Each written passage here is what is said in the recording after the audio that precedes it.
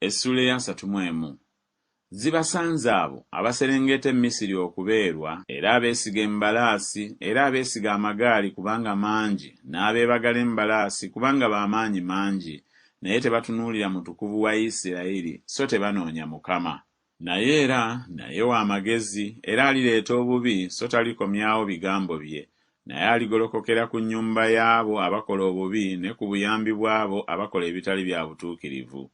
Kale nno Abamisiri bantu buntu so si Katonda, n'embalaasi zaabwe mubiri bubiri so si mwoyo.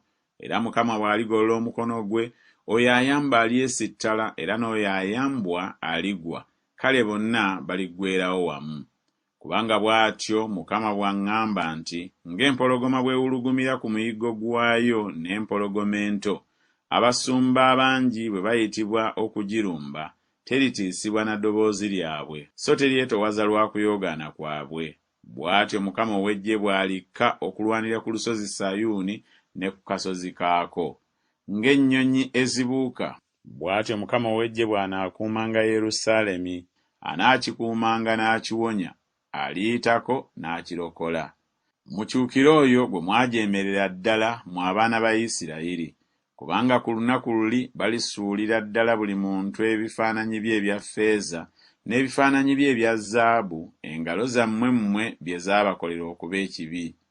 Oyo Omwasuli aligwa n'ekitala ekitali ky'abantu, n'ekitala ekitali ky'abantu kirimulya, era alidduka ekitala, n'abavubuka be balifuuka musolo.